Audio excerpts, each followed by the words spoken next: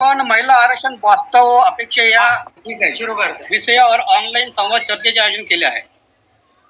कार्यक्रमाचे अध्यक्ष व प्रमुख वक्ते यांच्या परिचय आमचे मित्र अविनाश सावंत हे करून देतील.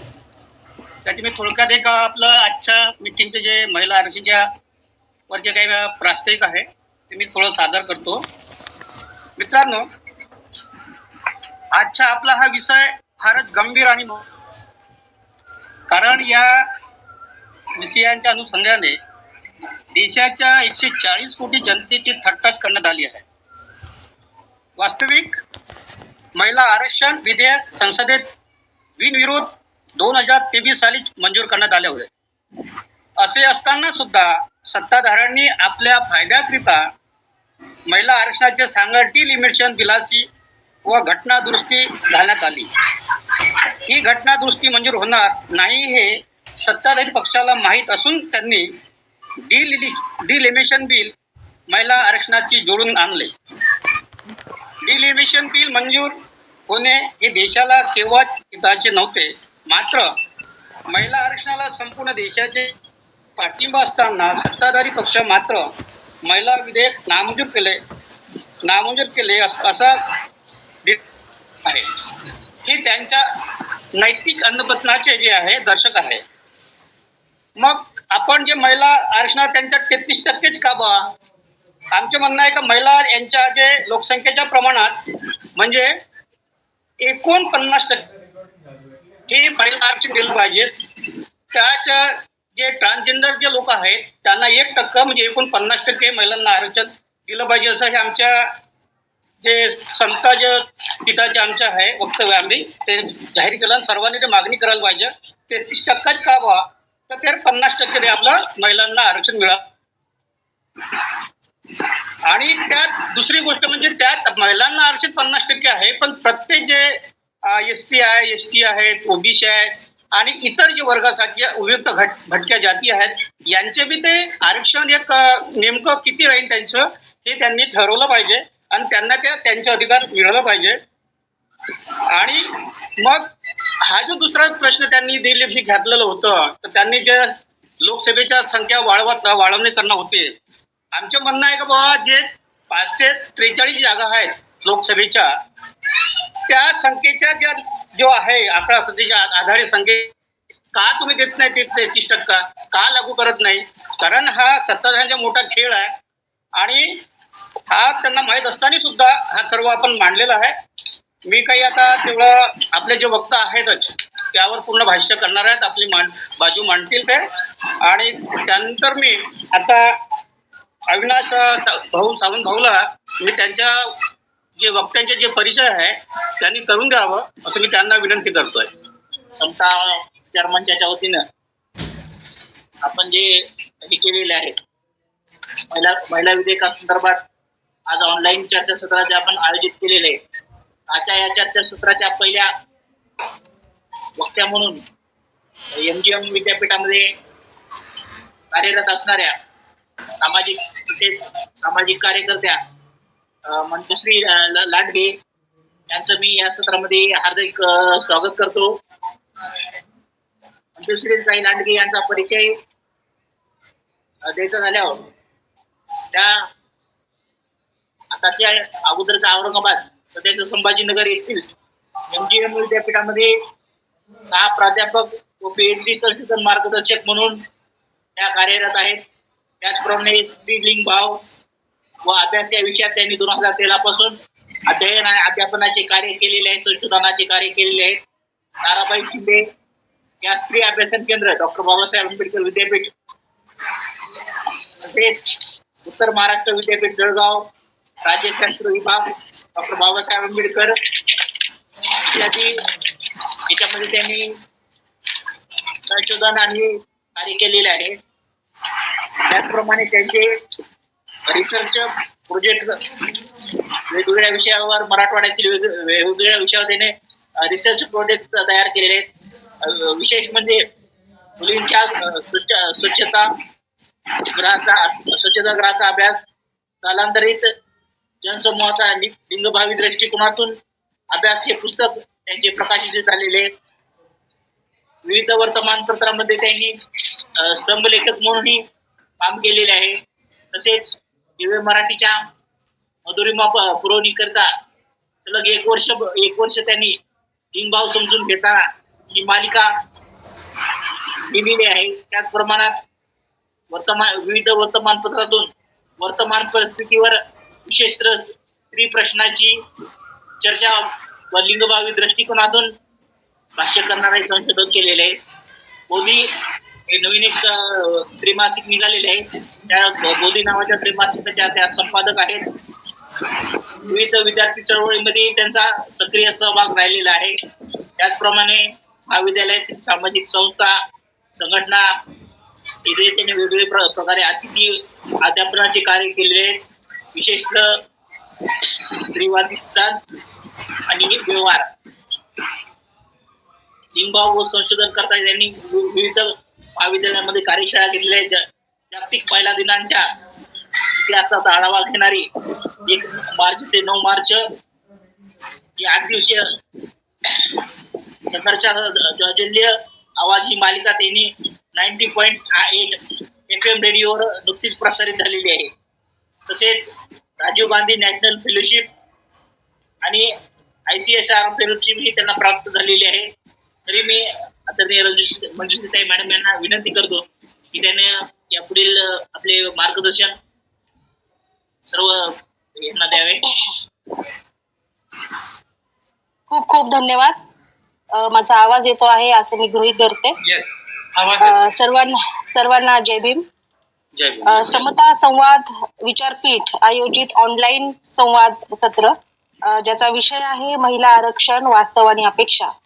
या चर्चासत्राचे आपले आजचे अध्यक्ष माननीय प्रवीण नाडकर सर, माझे सहवक्त्या माननीय शमीबाताई पाटील, माननीय प्रज्वलाताई तट्टे ठाकरे मॅडम, आणि ज्यांनी आत्ताच प्रास्ताविक केलेला आहे असे माननीय बंधू मेश्राम सर आणि आमचे मित्र सहकारी अविनाश सावंत. त्याचबरोबर उपस्थित सर्व मान्यवर सहभागी सदस्य, पुनश्च तुम्हा सर्वांना एकदा मनपूर्वक जय भीम.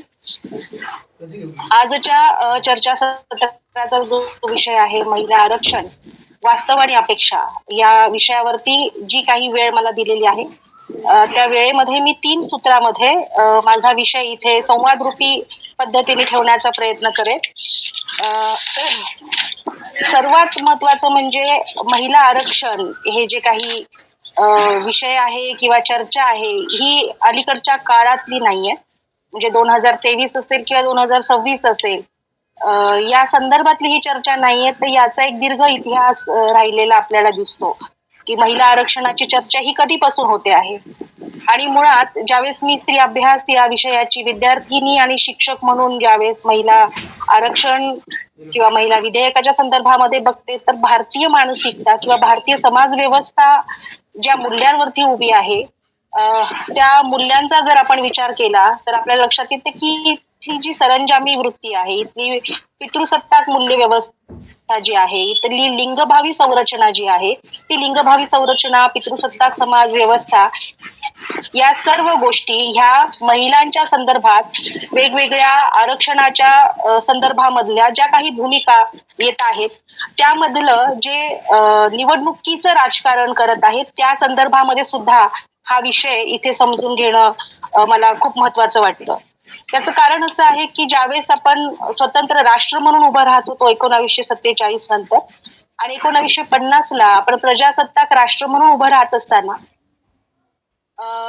संविधान निर्मितीमधल्या एकूण 15 महिलांचं जर आपण योगदान लक्षात घेतलं, म्हणजे तो संविधान सभेतल्या 299 सदस्यांमधल्या 15 महिला म्हणजे अवघं 5% जे काही त्यांचं प्रतिनिधित्व होतं, त्या प्रतिनिधित्वाने एक महत्वाची चर्चा त्या काळामध्ये केलेली होती. मुद्दा हा आहे की या संविधान सभेतल्या या 15 महिलांनी ज्या पद्धतीने योगदान दिलेलं आहे आणि संविधानातल्या प्रास्ताविकामधला जो पहिली लाईन आहे, we the people of India, म्हणजे वी द पीपल म्हणत असताना आम्ही भारताचे लोक, यामध्ये स्त्रिया, पुरुष आणि पारलिंगी समूह यांना कन्सिडर, ह्या गृहीत धरून त्या पद्धतीची एक वाटचाल आपण 1950 ला सुरू केलेली आहे. आणि हे गृहीत धरलं होतं की या राज्यघटनेच्या निर्मितीनंतर त्यातल्या तरतुदीनुसार सर्वांना प्रतिनिधित्व बहाल करत असताना एका योग्य दिशेने आपण जाणार आहोत. अट ही होती की राज्यघटनेची अंमलबजावणी ही प्रभावी व्हायला हवी. हे होत असताना आपण बघतो की 50, 60, 70च्या दशकामध्ये एकूण जी काही वाटचाल आहे आणि त्यामधलं स्त्रियांचं सहभागित्व किंवा स्त्रियांचं प्रतिनिधित्व जर आपण बघितलं तर त्या प्रतिनिधित्वाची चर्चा ही खूप अपुरी अशी ठरलेली दिसते. मी फक्त स्त्रियांबद्दल बोलते आहे. पारलिंगी समूहाची चर्चा ही तर अलीकडच्या काळात झालेली आहे. म्हणजे आपण 1947ला स्वतंत्र राष्ट्र म्हणून उभा राहिलो आणि अलीकडच्या काळात म्हणजे 2018 मध्ये पारलिंगी समूहाचा नागरिक म्हणूनचा कायदा जो त्यांना अतिशय संघर्षानंतर आंदोलन निदर्शनानंतर त्यांना नागरिक म्हणूनचा आणि त्यांच्यासाठीच्या असणाऱ्या ज्या नागरिक म्हणूनच्या सोयी सुविधा आहेत त्या त्यांना अलीकडच्या काळात मिळालेल्या आहेत. म्हणजे स्वतंत्र भारतामध्ये आपण नागरिक म्हणून वेगवेगळ्या वयोगटांमध्ये आहोत, पण पारलिंगी समूह यांचा वयोगट मात्र आज एकसारखाच आहे. म्हणजे त्यांचा वयोगट फार तर 7 ते 8, 8 ते 9 या वयोगटातला आहे. मुद्दा मला हा सांगायचा की आपण स्त्रियांबद्दल बोलतो आहोत. शमीबाताई पुढच्या सत्रामध्ये त्याबद्दल सविस्तर मांडणी करणार आहेत.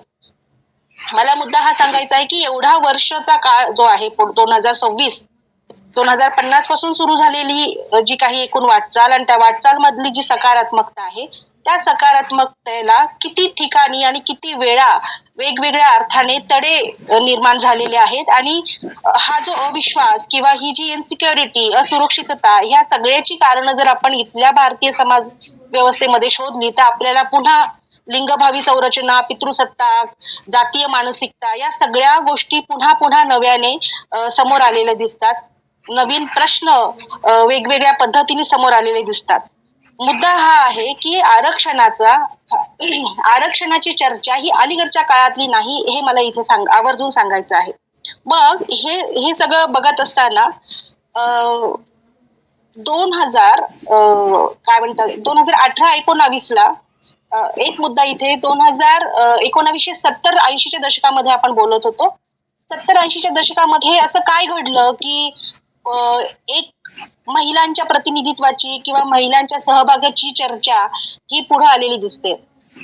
आंतरराष्ट्रीय पातळीवरती ज्या काही घडामोडी घडत होत्या आणि त्याच्यातून जे काही निर्देश वेगवेगळ्या राष्ट्रांना दिले गेलेले होते त्याचा परिणाम हा भारतावर सुद्धा झालेला आपल्याला दिसतो. आणि म्हणून सुद्धा प्रत्येक राष्ट्राने आपापल्या राष्ट्रांमधल्या स्त्रियांच्या दर्जा तपासण्याचा किंवा त्याचा एक अहवाल तयार करण्याचा प्रयत्न केला गेला. आणि असं आपण बघतो की 1974ला एक अहवाल भारतामध्ये प्रकाशित झाला ज्याला टुवर्ड्स इक्वॅलिटी असं म्हटलं गेलेलं आहे. पुरोरेना गुहा यांच्या अध्यक्षतेखाली तो अहवाल प्रकाशित झाला आणि त्या अहवालामधून जे काही सत्य बाहेर आलं, माध्यमांमधल्या स्त्रियांचा सहभाग असेल, राजकारणातील स्त्रिया असेल, आरोग्यामधली स्त्रियांची परिस्थिती असेल, शिक्षणामधली स्त्रियांचा सहभाग असेल, या वेगवेगळ्या पातळ्यांवरती स्त्रियांची चर्चा किंवा स्त्रियांच्या सहभागाचं जे काही प्रमाण आहे ते अतिशय गंभीर असं समोर आल्यानंतर याचा परिणाम हा भारताच्या राजकारणावरती, महाराष्ट्राच्या राजकारणावरती मोठ्या प्रमाणामध्ये झालेला दिसतो. आणि नंतरच्या काळामध्ये वेगवेगळ्या शासनाने, वेगवेगळ्या केंद्र सरकार असतील, राज्य सरकार असतील, त्यांनी महत्वपूर्ण निर्णय आपण ज्याला म्हणू शकतो ते खरं तर हा कॉन्स्टिट्यूशनचा भाग होता, पण त्यांनी त्याचं राजकारण करून वेगवेगळे ज्या काही तरतुदी केल्या आणि त्याचा परिणाम म्हणून राजकीय पोळी भाजण्याचं जे काही आहे यामध्ये सर्वच राजकीय पक्षांच्या संदर्भामध्ये मी बोलते आहे. कुठलाही राजकीय पक्ष यांनी मागणी केलेली आहे, मात्र वैयक्तिक पातळीवरती त्यांनी स्वतःच्या पक्षाच्या निवडणुकामध्ये वैयक्तिक पातळीवरती 33% काय 30%, 20% सुद्धा जागा ह्या देऊ केलेल्या नाहीत. हे देखील याच भारतातल्या स्त्रियांच्या हक्काच्या, स्त्रियांच्या प्रतिनिधित्वाचं राजकारण किंवा वास्तव आहे हे सुद्धा आपण लक्षात घेतलं पाहिजे. आणि म्हणून सुद्धा 90 नंतरची जी काही चर्चा आहे त्या 90 नंतरच्या चर्चेमध्ये मोठ्या प्रमाणामध्ये स्त्रियांचं आरक्षण, स्त्रियांच्या राजकीय सहभागाच्या संदर्भातली जी भारताच्या राज्यघटनेतल्या 334A मधली जी कलम आहे त्याच्यानुसार मग महिला आरक्षणाची जी चर्चा ही पुढच्या काळात सुरू झालेली आपल्याला दिसते. आणि म्हणूनच मी सुरुवातीला जे म्हणाले की भारतामधल्या स्त्रियांच्या आरक्षणाचा जे काही विधेयक पारित होण्यासंदर्भातली जी काही चर्चा आहे याला खूप मोठा इतिहास राहिलेला आहे. आणि 2018-19ला सध्याचे जे विरोधी पक्ष नेते आहेत त्यांनी एक पत्र लिहिलं. त्याच्यानंतर 2023 पुढचा पुन्हा 19, 20, 21, 22, 23 हा पूर्ण काळ गेल्यानंतर 2023 मध्ये सप्टेंबर मध्ये हे विधेयक पारित होतं.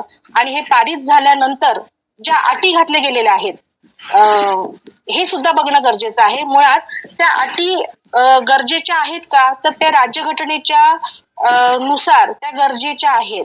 जर लोकसंख्या वाढत आहे तर लोकसंख्यानुसार प्रतिनिधित्व येणं हे सुद्धा तितकंच गरजेचं आहे. हे देखील महत्वाचं आहे. पण 2023ला ज्यावेळेस हे महिला आरक्षण विधेयक मंजूर झालं तर त्यावेळेस 3 गोष्टी समोर ठेवल्या गेलेल्या होत्या. अट म्हणून त्या ठेवल्या होत्या. त्यामध्ये जी एक पहिला विचार जो मांडला गेला होता तो असा होता की जनगणना केली जाईल आणि जी काही जनगणना आहे त्या जनगणनेच्या आधारानुसार परिसीमन केलं जाईल. म्हणजे किती लोकसंख्या आहे त्या लोकसंख्येच्या आधारावरती नवीन ज्या काही मतदारसंघ आहेत त्या नवीन मतदारसंघाची पुनर्रचना केली जाईल असं सांगितलं गेलं. आणि या नवीन पुनर्रचनेच्या मतदारसंघानुसार ज्या काही पुढच्या निवडणुका येऊ घातलेल्या असतील त्या येणाऱ्या निवडणुकामध्ये हे आरक्षण लागू केलं जाईल असं 2023 सप्टेंबर ज्यावेळेस हे विधेयक बहुमताने मंजूर केलं गेलं त्यावेळेस ह्या गोष्टी तिथे ठेवल्या होत्या. हे देखील वास्तव आहे. मग आताची चर्चा जी आहे ती आपल्याला समजून घेताना त्याच्यातलं जे राजकारण आहे ते राजकारण कोण कशासाठी करत आहे आणि कोणाच्या हिताचं आहे हे समजून घेणं गरजेचं आहे. कारण राज्यघटनेनुसार परिसीमन होणं हे देखील गरजेचं आहे. जर लोकसंख्या वाढणार आहे तर लोकसंख्येच्या तुलनेमध्ये प्रतिनिधित्व देखील येणं गरजेचं आहे. पण हे परिसीमन करत असताना परिसीमन आयोग ज्या पद्धतीने निर्वाचित केला जातो त्या निर्वाचित केल्या गेलेल्या संदर्भामधली जी काही रचना आहे त्या रचनेच्या संदर्भामध्ये सुद्धा विचार होणं गरजेचं आहे. हा एक महत्वाचा मुद्दा आहे. दुसरी गोष्ट 2026ला आता मागच्या एक 6-7 दिवसांमध्ये जी काही एक या विधेयकानिमित्ताने जो काही धुमाकूळ चाललेला आहे त्यामध्ये सत्ताधारी पक्ष ज्या पद्धतीची भूमिका घेत आहे ती भूमिका घेत असताना ह्या 2 मुद्द्यांवरती सहमती आहे की जनगणना झाली पाहिजे आणि जनगणनेनुसार जे काही परिसीमन आहे त्या परिसीमन हे होणं गरजेचं आहे. मुद्दा इथे आहे की मग जनगणना कोणती गृहीत धरायची. मग आपण नवीन जनगणना करणार आहोत का, ती जनगणना जातनिहाय होणार आहे का, हा एक सगळ्यात महत्वाचा मुद्दा आहे.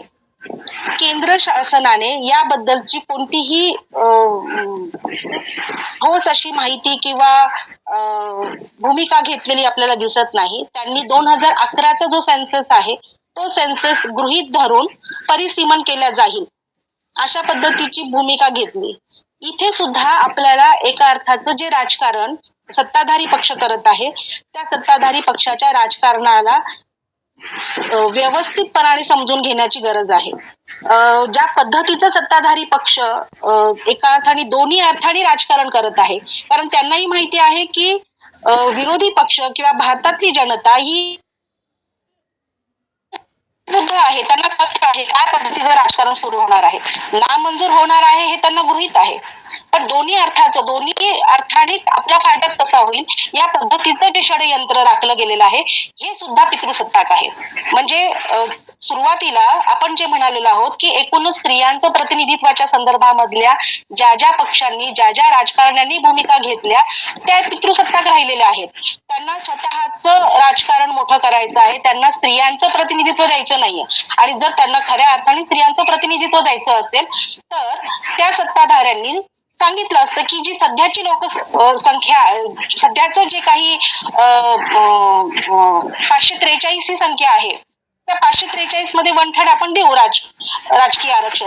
पण तशी भूमिका न घेता आपण अतिरिक्त लोकसंख्या वाढवू, अतिरिक्त लोकसंख्या गृहीत धरून मग अतिरिक्त प्रतिनिधित्व देऊ. याच्या मागचं जे काही कारण आहे तर इथल्या पुरुषी राजकीय नेतृत्वाला कुठल्याही पद्धतीचा धक्का लागता कामा नये. म्हणजे माझी जागा ही सेफ राहिली पाहिजे. माझं पुरुष म्हणूनच जे काही माझं राजकीय नेतृत्व आहे त्या नेतृत्वाला मला कुठेही धक्का लागता कामा नये, ही जी भावना आहे ही सत्ताधारी पक्षांमध्ये असेल, विरोधी पक्षांमध्ये असेल. मी विरोधी पक्षांच्या संदर्भात त्या ज्या पद्धतीच्या भूमिका घेतात हे स्वागतार्ह आहे, पण जर आपण त्यांच्या पक्षनिहाय जर त्यांच्या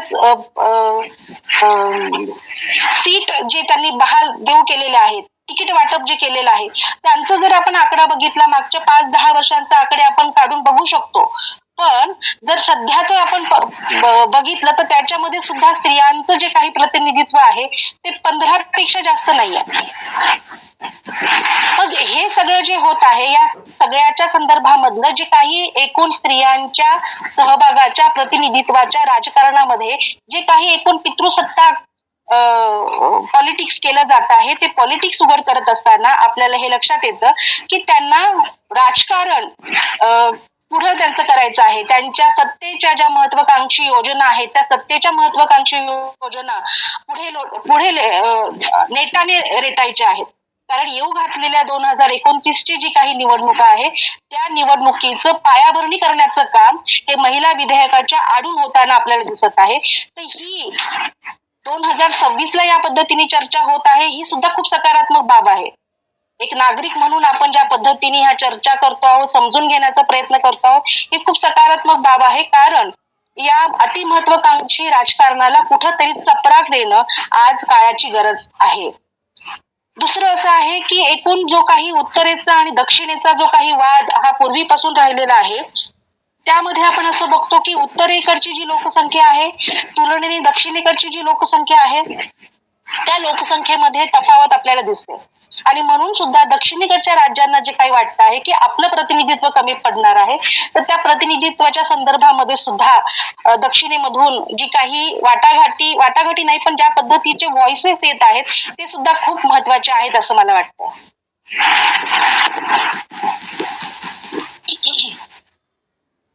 आणि एक अजून इथे मेघ आपल्याला दिसते की ज्यावेळेस ह्या सगळ्या आरक्षणाच्या, परिसीमनाच्या, लोकसंख्या नियमनाच्या, जनगणनेच्या संदर्भामधली चर्चा होत असताना संसदेमध्ये हे सांगितलं गेलं की आपण उत्तरेकडच्या राज्यांना सुद्धा 50% सीट्स वाढून देणार आहोत आणि दक्षिणेकडच्या राज्यांना सुद्धा त्या 50% सीट्स ह्या वाढून देणार आहोत.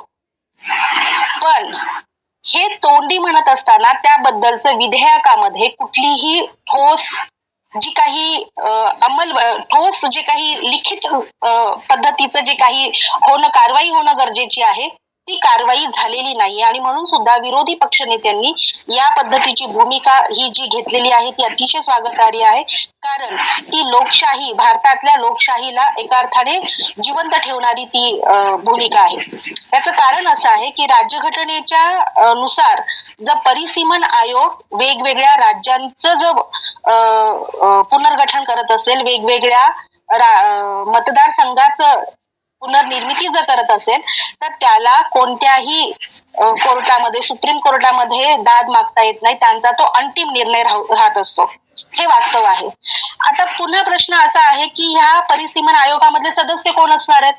तर परिसीमन आयोगामधल्या सदस्यांमध्ये आपण असं बघतो की जे काही माजी सरन्यायाधीश आहे आजी माजी ते एक सदस्य असणार आहे, मुख्य निवडणूक आयुक्त असणार आहे आणि राज्यामधल्या जो निवडणूक आयुक्त असणार आहे ते असणार आहे. आता आपण असं बघतो भारतामध्ये मोठ्या प्रमाणामध्ये ज्या काही न्यायालयीन प्रक्रिया आहे, माध्यमं आहेत, वेगवेगळे राज्य आहेत, हे कोणाच्या अखत्यारीमध्ये आहे, कुणाच्या नेतृत्वामध्ये आणि कुणाच्या शब्दांवरती काम करतायत हे जर आपण बघितलं तर आपल्याला लक्षात येतं की या परिसीमन आयोगामधली जी सदस्य असणार आहेत ती सदस्य ही एका विचारधारेची केंद्र शासनाच्या मर्जीतली असणार आहे.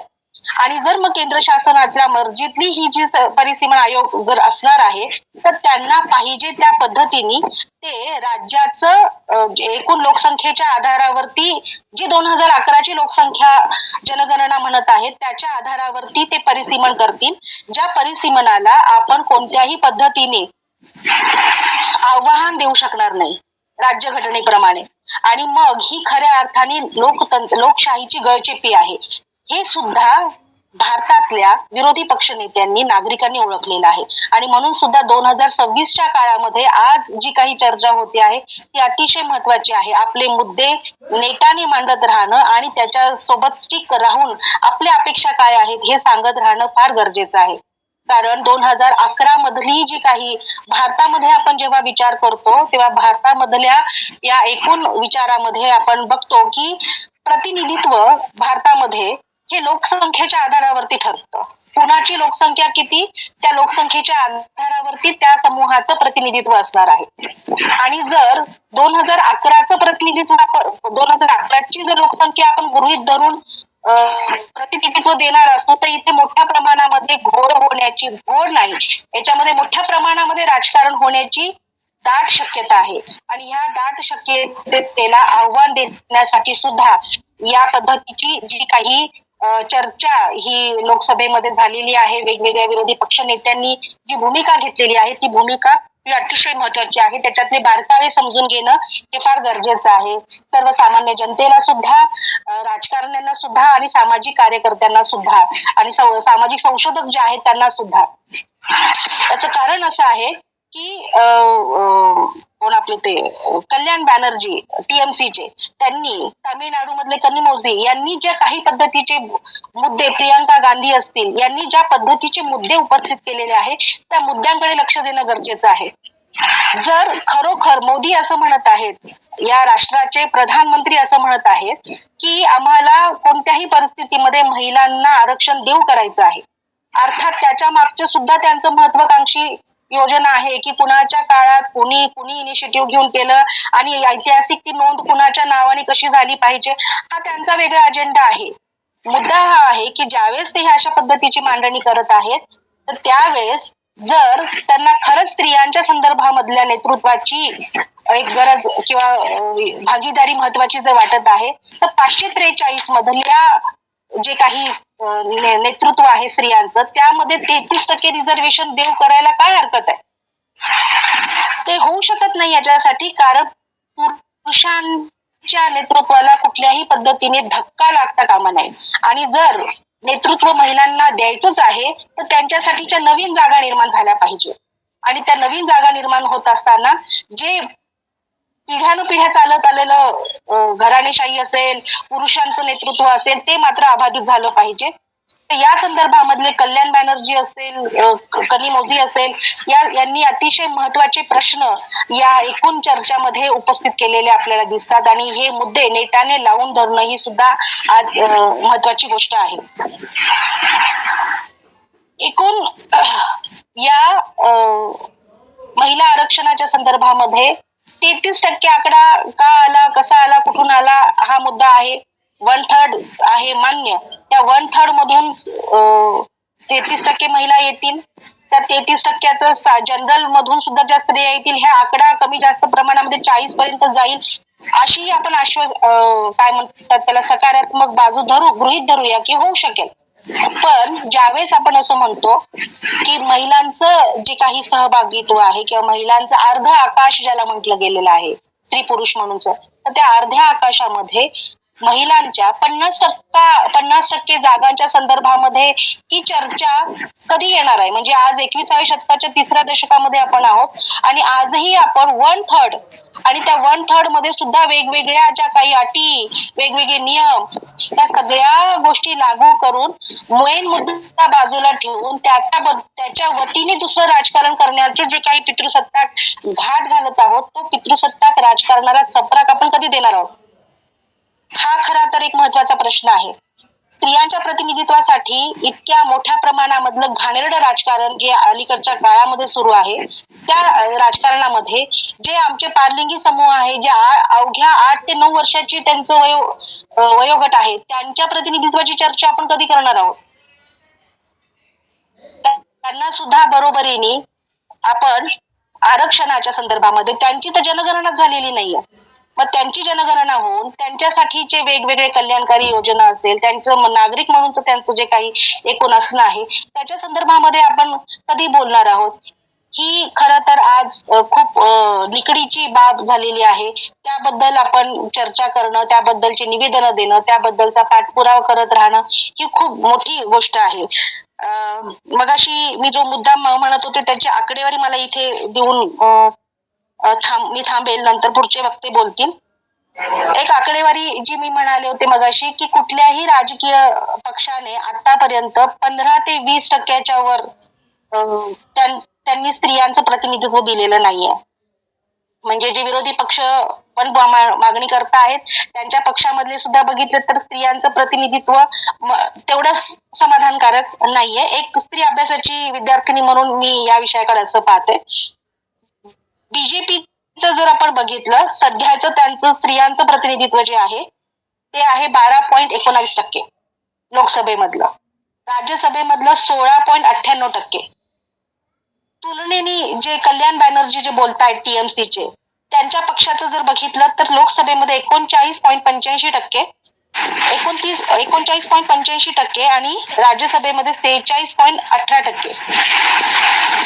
हे आकडे मला जाणीवपूर्वक ठेवायचे की पुढच्या चर्चेमध्ये आपण यावरती संवाद करू शकतो.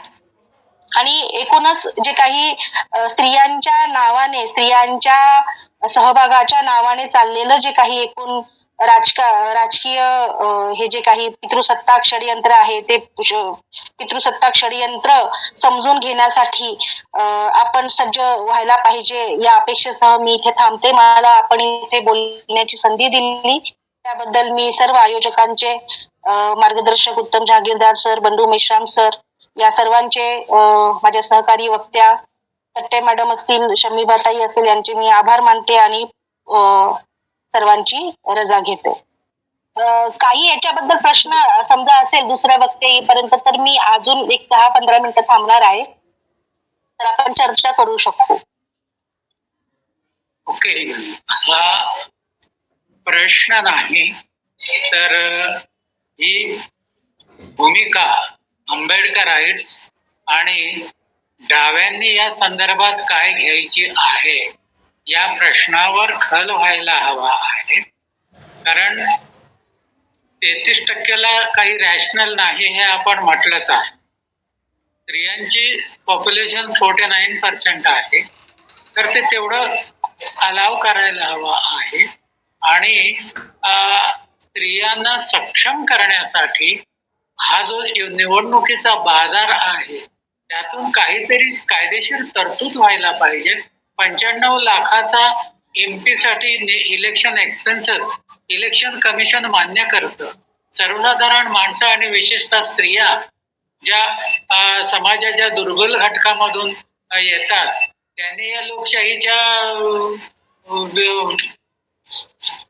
मंदिरात म्हणा जायचं कसं, प्रवेश कसा करायचा, एंट्री पॉइंटच आपला संपवलेला आहे आणि नंतर पदरात काहीतरी दान घालू म्हणतायत ते फार कठीण आहे. आणि या प्रश्नावर स्त्रियांनी अधिक मुखर व्हायला हवं असं मला वाटतं. धन्यवाद. खरं आहे, एकदम खरं आहे सर. इथे कुठल्याही पद्धतीचं पक्षीय राजकारण न आणता पुरोगामी, मग ते सर्व पक्षीय, सर्व विचारधारेतले जे काही पुरोगामी संघटना आहेत त्यांनी एकत्र येऊन याबद्दल नेटाने सातत्याने बोलत राहणे ही खरंच एक चांगली गोष्ट आहे की 2029 ची जी काही निवडणुकीची जी काही महत्वाकांक्षी त्यांची योजना आहे त्याचा घाट ते आतापासून सुरू केलाय आणि ते आपण आत्ताच ओळखून घेतलेलं आहे. ही फार अतिशय सकारात्मक गोष्ट आहे असं मला वाटतं. आणि मग आपण सुद्धा त्या पद्धतीने एकत्रित येऊन यावरती पुढाकार घेत काय पद्धतीच्या व्यूहरचना आखल्या पाहिजे याच्यावरती बोलणं गरजेचंच आहे. जय भीम सर्वांना. खरं तर मी फार उशिरा जॉईन झाले, मी प्रवासात आहे.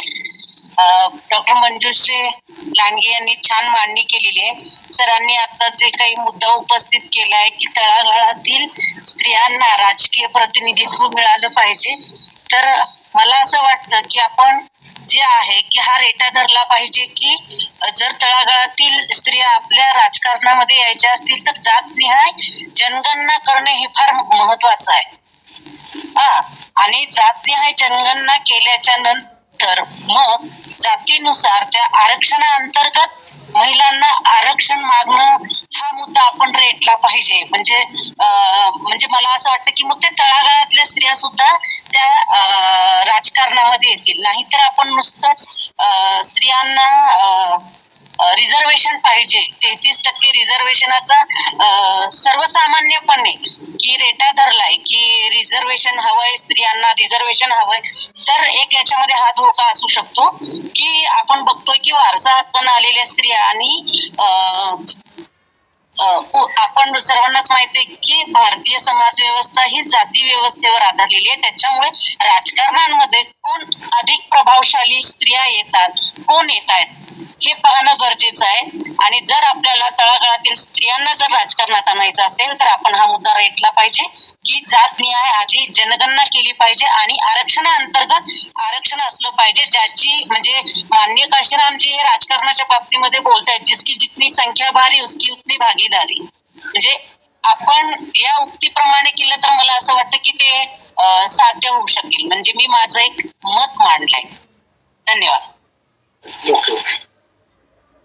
फार महत्वाचं मत मांडलं आहे डॉक्टर अश्विनी मॅडम. यासाठीच हा जो काही 2011चा सेन्ससच्या आधारावरती जे परिसीमन केलं जात आहे त्याच्यासाठीच विरोधी पक्षांनी हे सगळं विरोध हा नेटाने पुढे नेलेला आहे. हे सुद्धा महत्वाचं आहे कारण 2011च जे काही जनगणना आहे त्या जनगणनेनुसार आपण लोकसंख्या आणि त्यांचं जातीय प्रतिनिधित्व गृहीत धरू शकत नाही.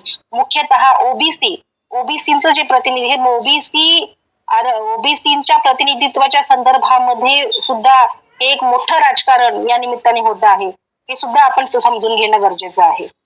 वेगवेगळ्या अनुसूचित जाती, अनुसूचित जमाती यांच्यासोबत जी काही एकूण चर्चा त्यांनी केलेली आहे 2026ला ही चर्चा पुढे त्यामध्ये त्यांनी कोणत्याही पद्धतीची अनुसूचित जाती, जमाती, ओबीसी यांच्यासाठी कोणत्या पद्धतीची आरक्षण योजना असणार आहे याची कोणतीही ठोस प्रक्रिया दिली न करणारे सुद्धा विरोधी पक्षनेत्यांनी या पद्धतीची भूमिका घेतलेली आहे. हे एक प्रकारचं जातीय पितृसत्ता षडयंत्र आहे जे स्त्रियांच्या आडून त्यांना त्यांच्या महत्वाकांक्षी योजना पुढे न्यायची आहे 2029 ची. मला असं वाटतं स्त्रियांना नेहमी प्रत्येक गोष्टीत डावललं जातं. तिचं दुय्यम स्थान हे अजूनही कायम आहेच आहे समाजामध्ये आणि अत्याचार अनेक वेळा तिच्यावर होतच आहे. इतिहास साक्ष आहे. आजही मग कुठलाही पक्ष असू द्या परंतु स्त्रियांना न्याय मिळाला नाही. आरक्षण बिल मंजूर झालेले आहे 2023ला लोकसभेतही राज्यसभेतही. फक्त संशोधन याच्यामध्ये आपल्या प्रियम काय म्हणतात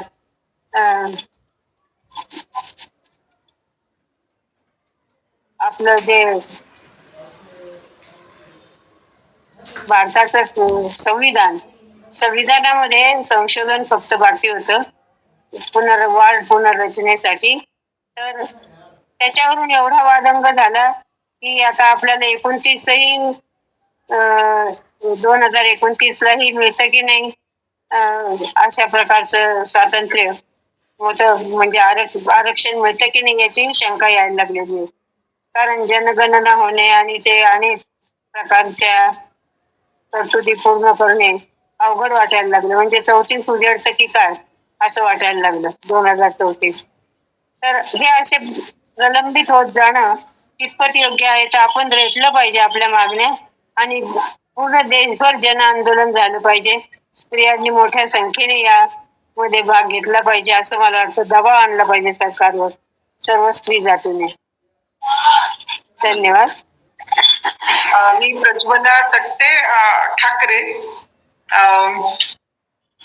आता मंजुश्री मॅडम ने खरं तर सगळंच व्यवस्थित मांडलेलं आहे. त्याच्यामध्ये मला वाटत नाही की आणखीन काही म्हणजे एकूण जो हे आहे एकूण जो ढाचा आहे स्ट्रक्चर आहे ह्याचं चर्चेचं ते त्यांनी व्यवस्थित मांडलंय. त्याच्यामध्ये फक्त एक आता कुठेतरी तपशील थोडेसे टाकीन मी. उदाहरणार्थ त्यांनी जे परिसीमन करायचं असं म्हटलं, तर त्या परिसीमनासाठी फॉर्म्युला काय असणार आहे? म्हणजे आसाममध्ये त्यांनी परिसीमन कसं केलं? काही 25 लाख, म्हणजे काही ठिकाणी 11 लाखाचा एक मतदारसंघ, काही ठिकाणी 25,000चा एक मतदारसंघ, त्यांच्या सोयीचे मतदारसंघ बनवलेले आहेत. हेच अशाच पद्धतीचं परिसीमन जर ते देशभर करणार असतील तर 2019च्या निवडणुकीची सोय म्हणून त्यांनी आता या महिला विधेयकाला समोर केलं, हे म्हणता येईल. आता हे 2023 मध्ये तर हे झालंच होतं, म्हणजे मंजूर झालंच होतं. ऍज इट इज लागू करायला हरकत नव्हती, पण तिथे जनगणनेची त्यांनी मेक मारून ठेवली होती आणि जनगणना 2026 मध्ये करायचीच आहे, जी आणखीन 2-1 वर्ष चालू शकते. म्हणजे 2028 मध्ये एखाद वेळेस जनगणनेचे सगळे आकडे आले असते आणि तेव्हा व्यवस्थित परिसीमनही झालं असतं आणि त्या अनुषंगाने हे लागू पण झालं असतं. पण त्यांना या निवडणुकीच्या वेळी त्यांचा जो फोकस होता तो म्हणजे ममता बॅनर्जी सरकार, त्यांना जे पाडायचंय ते पुन्हा निवडून आलं नाही पाहिजे. मॅडमने सांगितलंच आहे की ममता बॅनर्जींनी त्यांच्या टीएमसी मध्ये सगळ्यात जास्त महिलांना प्रतिनिधित्व दिलेलं आहे. हे असं जास्तीत जास्त महिलांना प्रतिनिधित्व दिलेला एक पक्ष त्यांना सत्तेत येऊ द्यायचा नाहीये आणि त्याच्यासाठी हे मुद्दाम मधातच घुसवलेला एक इव्हेंट आहे. हे इव्हेंट जीवी सरकार आहे, त्यामुळे हे कोणत्याच बाबतीत सिरियसली चर्चा करणार नाही, प्रत्येक गोष्टीचा इव्हेंट करतील आणि तो इव्हेंट त्यांना निवडणूक ते निवडणूक, त्यांचं सगळं जे अस्तित्व आहे ते निवडणुकीपासून सुरू होतं आणि निवडणुकीवर संपतं. तर त्यांना हे करायचं होतं. आता याच्यामध्ये ओबीसीचा जो मुद्दा आहे, म्हणजे ओबीसींना राजकीय, आपल्या संविधानकर्त्यांनी ओबीसींना राजकीय हे दिलेलं नाही, काय म्हणूया त्याला, आरक्षण. पण आता जर हे झालं असतं, म्हणजे जनगणना होऊन ओबीसींची संख्या ठरवून मग जर त्या प्रमाणात महिलांना आरक्षण मिळालं असतं तर संसदेमध्ये ओबीसींची संख्या पण वाढली असती. आत्ताच हे जे सरकार आहे याच्यामध्ये हे एक ब्राह्मणवादी सरकार आहे. हे आपण त्यांनी जे निवडून आणलेले प्रतिनिधी आहेत त्यांच्या जाती पाहून आपण हे सांगू शकतो की त्यांनी खूप मेहनत केली होती सुरुवातीला, मागच्या निवडणुकीपर्यंत तर खूपच मेहनत केली होती ओबीसीमध्ये घुसण्यासाठी किंवा ओबीसींचे प्रतिनिधित्व वाढवण्यासाठी. आणि RSSचा त्यांनी माधव नावाचा एका याच्यावर खूप कामही केलं होतं फॉर्म्युल्यावर. त्याच्यामुळे ओबीसींचे पुष्कळसे प्रतिनिधी यांना मिळालेही होते. पण नंतर आता जसं त्यांची सत्ता मजबूत होत गेली तसं पुढे हे दिसतंय की त्यांनी त्यांच्या पक्षामध्ये जास्तीत जास्त ब्राह्मण प्रतिनिधी निवडून आले किंवा सवर्ण प्रतिनिधी निवडून आलेले आहेत. त्यांनी निवडून आणलेले आहेत, त्यांचं प्रतिनिधित्व जास्त आहे. आता ह्या म्हणजे एका बाजूला त्यांनी काय केलं की मॅडमनी हे बरोबर म्हटलं की त्यांना पुरुषांच्या सीट सॅक्रिफाईस करून स्त्रियांना आरक्षण द्यायचं नाहीये. म्हणजे आताची जी लोकसभा आहे त्याच्यामध्ये, आताची जी संसद आहे त्याच्यामध्ये जर त्यांनी आरक्षण दिलं असतं 2011च्या जनगणनेनुसार तर ते हे झालं असतं, म्हणजे त्याच्यामध्ये पुरुषांच्या सीट्स कमी झाल्या असत्या. म्हणून त्यांनी हे ठरवलंय की आता पुरुषांच्या सीट्स पण वाढवायच्या आणि मग स्त्रियांना आरक्षण द्यायचं. पण मला असं वाटतं की असं केलं तरी चालेल. म्हणजे तुम्ही घ्या बाबा, पण महिलांच्याही त्या प्रमाणात वाढू द्या आणि त्यांना येऊ द्या. एकदाच संसदेत त्यांची संख्या वाढू द्या, कारण 33% आरक्षण लोकल बॉडीज मध्ये मिळाल्यामुळे इतक्या इतक्या मोठ्या प्रमाणात स्त्रियांनी सरपंचापासून तर जिल्हा परिषदेपासून जिल्हा परिषद अध्यक्ष वगैरे अशा छान महिला तयार झालेल्या आहेत आपल्याकडे. आणि तुम्हाला म्हणजे जिल्हा कचेरीमध्ये वगैरे जेव्हा आपण जातो तेव्हा जेव्हा आपल्या गावातले प्रश्न घेऊन येतात त्या महिलांचा एक गट, आणि त्या ज्या कॉन्फिडन्सनी त्या कॉरिडॉर मधून अशा जातात कलेक्टर पर्यंत आणि तिथे जे प्रश्न आपले मांडतात, तर हे पाहून खूप छान वाटतं. म्हणजे त्याचा एक सकारात्मक परिणाम झालेला आहे. या महिलांनी स्थानिक बॉडीज मध्ये निवडून आलेल्या महिलांनी ज्या प्रश्नांना महत्व दिलं, म्हणजे पाण्याच्या टाकीला जास्ती महत्व दिलं किंवा सुरक्षिततेला जास्ती महत्व दिलं वगैरे, म्हणजे ज्या गोष्टी त्यांनी त्यांच्या पातळीवर त्यांनी हँडल केल्या त्याच्यावरून पण हे असं दिसतं की ते खूप चांगले परिणाम त्या गोष्टींचे दिसलेले आहेत. तर हा एक पूर्ण एक पिढी अशी तयार आहे जी अगदी जर आपल्याला 33% लोकसभेमध्ये पण आरक्षण मिळालं, संसदेत पण मिळालं, तर ती एकदम ज्याला आपण म्हणू लीप घेऊ शकेल अशी. पण त्याच्यामध्ये परिसीमनाची बेडी या सरकारने मुद्दाम अडकवून ठेवली आहे, कारण की त्यांना परिसीमन करायचंच आहे आणि महिला आरक्षण द्यायचंच नाहीये. दोन्ही गोष्टी आहेत. परिसीमन करायचंच आहे कारण ती त्यांची सोय असणार आहे 2019चे इलेक्शन जिंकण्यासाठी, आणि महिलांना आरक्षण पण द्यायचंच नाहीये हे पण आहे. तर त्यांची संख्या वाढवायचीच नाहीये. तर आता आपण काय करू शकतो याच्यामध्ये, ज्या पॉलिटिकल पार्टीज आहेत ज्या खूप आरक्षणाबद्दल बोलतात आणि सगळं म्हणजे छान बोलतात, सगळी छान मांडणी केली सर्वांनी, प्रियंका गांधींनी वगैरे, आणि तृणमूल काँग्रेसचे यांनी, डाव्या पक्षांनी पण. आपण ह्या पक्षांनाच असं यांनाच म्हणू शकतो, यांनाच म्हणायला पाहिजे की तुम्ही तुमच्या पक्षाचं प्रतिनिधित्व देताना 33% द्या ना.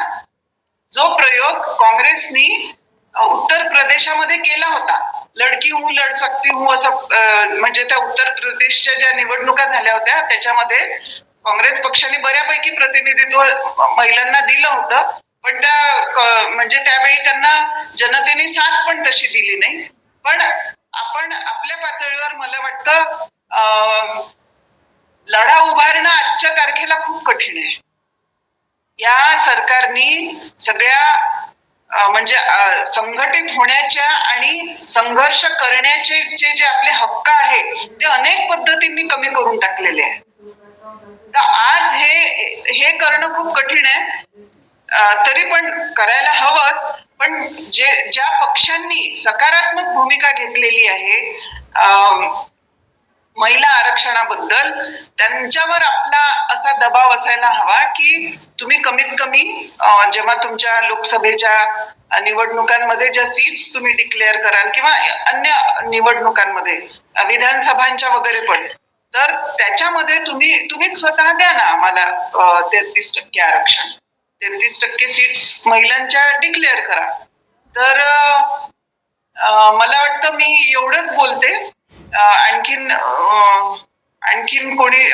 एक आहेत ना मॅडम ज्या बोलणार आहेत, त्यांना थोडा वेळ देऊया.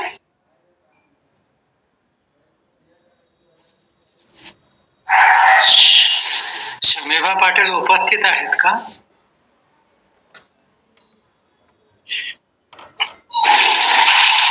मला वाटतं कुंदा कदम आहे तिथे, त्यांनी पण त्यांचे मत मांडायला हरकत नाही. म्हणजे मी इनफॅक्ट त्यांना विनंती करतो की त्यांनी आपलं म्हणणं मांडावं.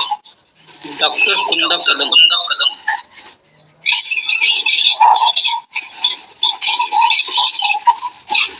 उतरत्या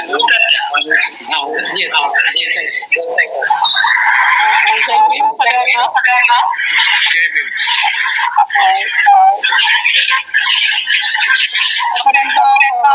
प्रज्वला ताई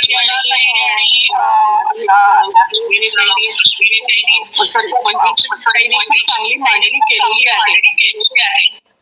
तर मला एकच त्याच्यामध्ये मुद्दा असा सांगायचा आहे.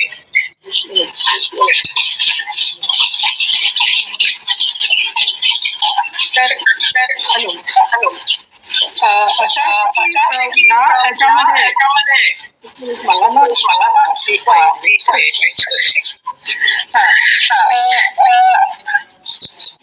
पार्टीजनी आपापल्या ठिकाणी आपापल्या मतदारसंघामध्ये आरक्षण देऊ शकते द्यावं हा एक मुद्दा फार महत्वाचा आहे. पण त्याच्याच बरोबर त्यांनी जे परिसीमन म्हणजे जागा वाढवण्याच्या दृष्टीने जे म्हटलं होतं की 850 जागा होतील, तर त्याच्यात असाही एक मुद्दा उपस्थित केला गेला की प्रश्न मांडण्यासाठी जो वेळ मिळतो संसदेत असेल किंवा याच्यामध्ये असेल कुठल्याही म्हणजे विधानसभेत असेल, तर या ठिकाणी अगदी 0 आवर असेल किंवा लक्षवेधी त्याच्यात सुद्धा जवळजवळ 4,500 लक्षवेधी मांडल्या जातात, म्हणजे लोकांच्या प्रश्न समोर आणण्यासाठी आणि त्याच्यावर चर्चा होण्यासाठी. तर त्या 4,500 तारांकित प्रश्नांपैकी फक्त 200 प्रश्नांची दखल घेतली जाते. हा सुद्धा एक मुद्दा या संसदेच्या चर्चेत मांडला गेला होता, काही लोकांनी मांडला होता. तर हे फार महत्वाचं आहे की 850 संख्या वाढली काय आणि 543 संख्या असली काय. लोकांचे प्रश्न पुढे येणं आणि ते कुठले प्रश्न पुढे येतात. जर 33% आरक्षणाच्या ऐवजी आम्ही तर 1996 पासून 50% आरक्षण असावं अशीच मागणी करतोय, जे आपल्याला स्थानिक स्वराज्य संस्थांमधून लागू झालेलं होतं त्यावेळेला सुद्धा. तर त्यावेळेला आता जे प्रज्वलाताईंनी सांगितलं तसंच आहे की बायका इतक्या सक्षम झालेल्या आहेत आणि आपले प्रश्न अत्यंत आत्मविश्वासाने पुढे घेऊन जाण्याची त्यांच्यात आता क्षमता आलेली असताना ते 50% आरक्षण जरी मिळालं किंवा 33% जरी मिळालं तरी त्याच्या कोट्यामध्ये कोटा जो आहे त्या कोट्यातल्या कोट्यामधलं सुद्धा आरक्षण फार गरजेचं आहे. आणि कोट्यातल्या कोट्याचे कुठलेच निकष आधीच्या सरकारांनी सुद्धा, म्हणजे काँग्रेसचं सरकार होतं त्या काळात सुद्धा आणि आता बीजेपीचं सरकार आलंय त्या काळात सुद्धा कुठल्याही प्रकारचे निकष अजूनही तयार झालेले नाही कोट्यातल्या ह्याच्या संदर्भात. आणि समजा संख्या वाढली तर त्या संख्येच्या प्रमाणात प्रश्नांची तड कशी लावली जाणार आहे. कारण स्त्रियांकडून जे प्रश्न उपस्थित केले जातात ते तुमच्या सामान्य माणसाच्या जीवनाच्या प्रश्नाशी अगदी निगडीत असे प्रश्न असतात. आणि जर पुरुष खासदारांचे किंवा पुरुष आमदारांचे प्रश्न बघितले तर ते मुख्यतः सत्ता आणि कंट्रोल नियंत्रण या संदर्भात किंवा भ्रष्टाचाराच्या संदर्भात असे प्रश्न असतात. त्यामुळे स्त्रियांची संख्या वाढली तर हे प्रश्न जर आले पुढे तर त्याचा तड कशी लावली जाणार याचा सुद्धा कुठेही निकष कुणीही मांडलेला नाही आज तागायत. म्हणजे कुठल्याच सरकारने मांडला नाही, ना बीजेपीने मांडला किंवा आधीच्या सरकाराने मांडला. तर हे मला फार महत्वाचे प्रश्न वाटतात. आता प्रश्न असा आहे की ज्या टीएमसीच्या ज्या 47% खासदार ज्या आहेत आज निवडून गेलेल्या, त्यांनी ज्या प्रकारची आतापर्यंत भाषणं केलेली आहेत बजेटवर, म्हणजे बजेट संदर्भामध्ये सुद्धा जी भाषणं केलेली आहेत त्या बजेटच्या संदर्भातल्या भाषणांमध्ये सुद्धा तुमच्या असं लक्षात येईल की त्यांनी स्त्रियांशी संबंधित असलेल्या बजेटवर म्हणजे जेंडर बजेटशी संबंधित काही प्रश्न उपस्थित त्या बजेटच्या भाषणामध्ये केलेले आहेत. तर अशा प्रकारचे प्रश्न उपस्थित होणं हे पण गरजेचं आहे. तर प्रश्न असा आहे की भाषण 33% आरक्षण पक्षांनी आपापल्या ह्यांना द्यावं, पण प्रश्न असा आहे प्रत्येक पक्षाने आपल्या पुरुषांचा आपल्या जे उमेदवार आहेत त्यांचं सुद्धा जेंडर सेन्सिटायझेशन करणं फार गरजेचं आहे. कारण निवडून गेलेले जे प्रतिनिधी पुरुष प्रतिनिधी महिलांच्या संदर्भात म्हणजे घाणेरड्या शिव्या देऊन बोलणं हे तर आहेच, व्यक्तिगत पातळीवर ते पण अत्यंत इन्सेन्सिटिव्ह पण आहेत हे निवडून गेलेले लोकप्रतिनिधी पुरुष. त्यामुळे ह्या लोकांनी आपापल्या पुरुषांचं जेंडर सेन्सिटायझेशन करणं हा सुद्धा महत्वाचा मुद्दा आहे. जितका आपण आग्रह धरतो 33% आरक्षण मिळालं पाहिजे याचा, तितकाच आग्रह आपण सेन्सिटायझेशनचा पण धरला पाहिजे असं मला वाटतं. एवढंच मी दोन म्हणजे राहिलेले मुद्दे बाकी सगळ्यांनी खूप छान कव्हर केलेले आहेत. थँक्यू.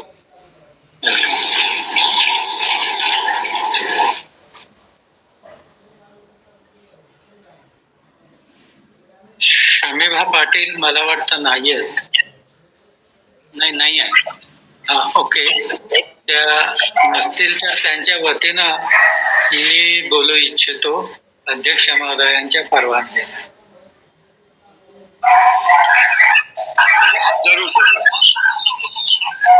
अर्थात त्या फार वेगळी झाली असती.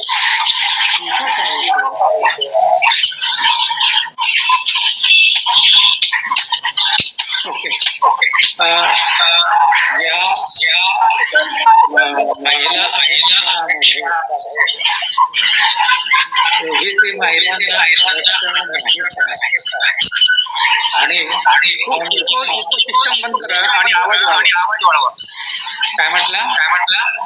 एक इकोसिस्टमचा आवाज येतो आहे तो बंद झाला पाहिजे आणि तुमचा आवाज वाढवा. इकोसिस्टम काय आहे? लाडकरांनी त्यांचा माईक बंद ठेवायला हवा.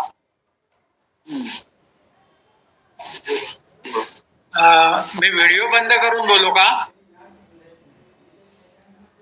ओके, माझा माईकचा आवाज नाही ठीक आहे. माझा आवाज ऐकू येतोय ना? हॅलो, येतोय. ओके. तर या महिला आरक्षणाच्या संदर्भामध्ये मराठीमध्ये एक म्हण आहे, लबाडाचं आमंत्रण जेवल्याशिवाय खरं नाही. तर तशी ती परिस्थिती भाजपानं केलेली आहे. मुळात परिसीमन आणि महिला आरक्षण या दोन गोष्टी एकत्र करण्याची गरजच नाही. परिसीमनामधून धोका असा आहे की एक वेगळं पॉलिटिकल कल्चर आपल्या देशामध्ये निर्माण केलं जाणार आहे. वेगळं नव्हे, ते आहेच आधी, पण त्याला अधिक बलिष्ठ अधिक बळकट करण्याची शक्यता होती. ती म्हणजे दुसऱ्या पक्षांना सहजतेनं फोडणं, आयाराम गयाराम यांची सोय लावणं, याशिवाय जास्त संख्या वाढवून राज्यकर्ता वर्गाला पोषक असं हे धोरण आहे. कारण आपण आता बघतो आहोत की जनतेचे लोकप्रतिनिधी म्हणून ज्या संसदेमध्ये, पार्लमेंटमध्ये आणि लोकल सेल्फ गव्हर्नमेंट इन्स्टिट्यूशन्स मध्ये जातात, हे सगळे धनाढ्य लोक आहेत. त्यामुळे गरिबांनी या संस्थांमध्ये जाणं आणि आपलं प्रतिनिधित्व करणं ही गोष्टच मुळात दुरापास्त झालेली आहे. त्यामुळे हे परिसीमन जे आहे ते लोकसंख्येशी निगडीत असू नये. उलट जोपर्यंत आपलं लोकसंख्या 100 कोटीच्या खाली येत नाही तोपर्यंत पार्लमेंटचे सदस्य संख्या ही फ्रीज करूनच ठेवावी, हे अधिक रॅशनल आहे. आणि जी संख्या आत्ता आहे त्या संख्येवरच महिलांचं आरक्षण तात्काळ लागू करावं अशी आपली कष्टकरी जनतेची डिमांड असायला पाहिजे. याशिवाय या आरक्षणामध्ये SC ST या प्रवर्गातील स्त्रियांना आरक्षणाअंतर्गत आरक्षण तर मिळायलाच हवं आहे, त्याबरोबर OBC कोट्यातल्याही लोकांना मिळायला हवं आहे. आणि या आरक्षणामध्ये ट्रान्सजेंडरना देखील 1% आरक्षण मिळायला हवं आहे. वास्तविक सुप्रीम कोर्टानं थर्ड जेंडर म्हणून ट्रान्सजेंडर्सला मान्यता दिलेली आहे. असं असताना या आरक्षणामध्ये कुठेही त्याचा राज्यकर्त्या वर्गानं आपल्या माननीय पार्लमेंटच्या सदस्यांनी याचा विचार केलेला नाही, किंबहुना त्यांच्या हे लक्षातही येत नाही. जे देश स्तरावर एक अभ्यास असं सांगतो की ट्रान्सजेंडरची लोकसंख्या ही जवळपास 30 लाखाची आहे आणि त्याच्यामधले बहुसंख्य जी लोकसंख्या आहे ती उत्तर प्रदेश, आंध्र प्रदेश, महाराष्ट्र आणि बिहार इथं एकवटलेली आहे. मात्र फंटास्टिकली यांचा लिटरसी रेट जो आहे तो फार चांगला आहे, 56% इतका आहे. त्यामुळे त्यांना जर आपण आरक्षण दिलं तर नवीन संधी निर्माण होऊ शकत आहेत. तर यांना आरक्षण द्यावं ही आपली डिमांड आहेच. त्याचबरोबर जे परिसीमन जे आहे तर ते नव्यानं करणे लोकसंख्येशी निगडीत असू नये जोपर्यंत आपली लोकसंख्या मर्यादित होत नाही. अन्यथा ज्यांनी लोकसंख्या अत्यंत वाढवलेली आहे आणि राष्ट्राचं नुकसान केलेलं आहे त्या ठराविक प्रांतांना आपण एक प्रकारे बक्षीस दिल्यासारखं होतं. याशिवाय आपल्या फेडरल स्ट्रक्चर मध्ये आपण झुकतं माप उत्तर भारताला देऊन फुटीची बीज रोवली जातील अशीही शंका आहे. तर आंबेडकरी जनतेनं, कष्टकरी जनतेनं, डाव्या चळवळीनं या परिसमानाविषयी खूप सावध राहायला पाहिजे. मगाशी बोलताना एक अश्विनी मॅडम म्हणाल्या की जिसकी संख्या जितनी भारी उसकी उतनी हकदारी. हे राहुल गांधी हे अलीकडे बोलायला लागलेले आहेत. पण मला वाटतं की या आपल्या डिमांड मध्ये एक धोका आपल्यालाच आपल्या अगेन्स्ट लपलेला आहे. कारण बहुसंख्याकांची दादागिरी ही लोकशाहीमध्ये बिलकुल अपेक्षित नाही. आणि ज्यांची लोकसंख्या जास्त त्यांची हिस्सेदारी जास्त हे तर ओघानं आलं. बाबासाहेब म्हणाले होते की बहुसंख्याकांची हिस्सेदारी ही मर्यादित करायला पाहिजे आहे, तरच जे अल्पसंख्य आहेत, मायनॉरिटीज मध्ये आहेत, त्यांच्या प्रोटेक्शनची हमी आपण देऊ शकतो. आणि म्हणून ते म्हणाले होते की बहुसंख्याकांना फार फार तर 40% प्रतिनिधित्व देता येईल. आता जनसंख्या ही जनगणना होते आहे, त्याच्यानंतर आपल्या देशामध्ये नव्या पद्धतीची ध्रुवीकरण तयार होतील आणि नवे कोॲलिशन्स येतील. आणि या राजकीय कोॲलिशन मध्ये ज्या राजकीय पार्टीची सत्ता येईल तिच्या हातामध्ये इथल्या काही गटांची बहुसंख्या केंद्रित होईल. उदाहरणार्थ जे आपल्याला सगळ्यांना ठाऊक आहे, केंद्रात सत्ता घ्यायला आपल्याला जवळपास 30% 31% इतकं पोल लागतं. तर नवीन प्रकारचे कोॲलिशन्स होऊ शकतील. आपण भाजपचंच उदाहरण घेऊ. जर भाजपनं ते हिंदुत्व तर सोडणार नाही, पण उच्चवर्गीय, उच्च जातीय याच्याबरोबर नव्या या जनसंख्येच्या रिझल्ट नुसार प्रत्येक राज्यामध्ये ओबीसीचे काही बहुसंख्या असलेले गट ते आपल्या बरोबर घेतील. याशिवाय आता जे उपवर्गीकरण करणार आहेत त्यामधले दुसऱ्या तिसऱ्या नंबरवर असलेल्या संख्येनं गट आपल्या बरोबर घेऊन त्यांनी ज्या वेळेला त्यांची बहुसंख्या केली तर ती इतर सगळ्या वर्गांवर एक दादागिरी होऊ शकते, त्यांचं प्रभुत्व होऊ शकतं. त्याच्यामुळे या जिसकी जितनी संख्या भारी उसकी उतनी हिस्सेदारी या गणिताविषयी पण आपण सावध राहायला पाहिजे. मला मांडायचं होतं ते इतकंच. थँक्यू. अजून कोणाला काही प्रश्न विचारायचे असतील किंवा सांगायचं असेल तर कृपया आपण आपलं म्हणणं मांडावं. मला असं वाटतं की परिसीमनाचं जे घिसाडघाईने त्यांनी परिसीमन टाकलं याच्यामध्ये, आपण त्यांना म्हणजे परिसीमनाला पर्याय नाहीये, ते होणारच आहे आणि ते संवैधानिक पण आहे. म्हणजे संवैधानिक याच्यानुसार तर ते व्हायला हवं होतं.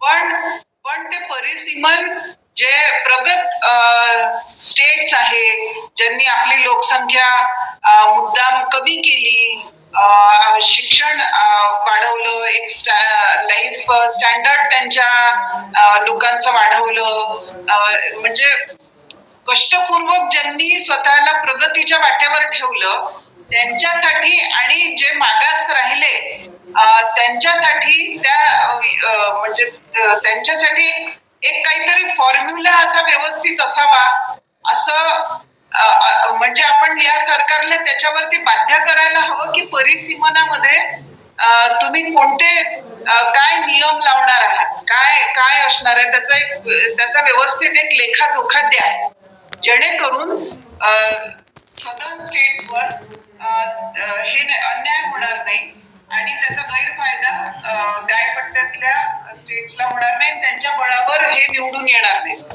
दुसरी गोष्ट अशी आहे की गायपट्ट्यामध्येही आपण त्यांना खूप होमोजिनियस असा विचार करतोय त्यांच्याबद्दल की त्यांच्यामध्ये जेव्हा आता जनगणना होईल जातनिहाय तेव्हा कदाचित आपल्याला काही वेगळ्या गोष्टी लक्षात येऊ शकतात. जसं बिहारमध्ये जनगणना झाली त्यावेळी असं म्हणजे त्यावेळी एकदम ओबीसीची किंवा पिछडा वर्ग जे आहे त्यांची लोकसंख्या काहीतरी वेगळी अपेक्षेपेक्षा वेगळी निघाली आणि मग त्या ठिकाणी काँग्रेस यांनी म्हणजे बीजेपीने तो मुद्दा सोडून दिला, नितीश कुमारांनाही सोडायला लावला, मग त्यांना वेगळा फॉर्म्युला लावावा लागला नितीश कुमारांना स्वतःकडे घ्यायला. तर मला असं वाटतं पहिल्यांदा आपण जनगणनेवर भर द्यायला हवा की जनगणना यांनी करावी आणि परिसीमनाची त्याच्यासाठी काय फॉर्म्युले लावणार आहेत ते यांना सांगायला आपण बाध्य करायला हवं, त्याच्यावरती चर्चा घडवून आणायला हवी, कारण केव्हा नाही केव्हा परिसीमन होणारच आहे, ते करावंच लागणार आहे. तर महिला आरक्षण जर आताच देऊन टाकलं असतं तर वेल अँड गुड, पण आता ते म्हणजे आता त्यांना द्यायचंच नाहीये आणि पुरुष जे आपल्या देशातले पुरुष आहेत ते देऊ देणार नाहीयेत म्हणजे आहे त्या संसदेच्या सीट्सच्या अनुसार. तर मला वाटतं पुढची स्ट्रॅटेजी आपली ही असायला हवी की परिसीमनाचं आम्हाला व्यवस्थित फॉर्म्युला सांगा, क्लिअर कट, आणि जातनिहाय जनगणना व्यवस्थित करा. ठीक आहे. अजून कोणी काही मांडू इच्छित?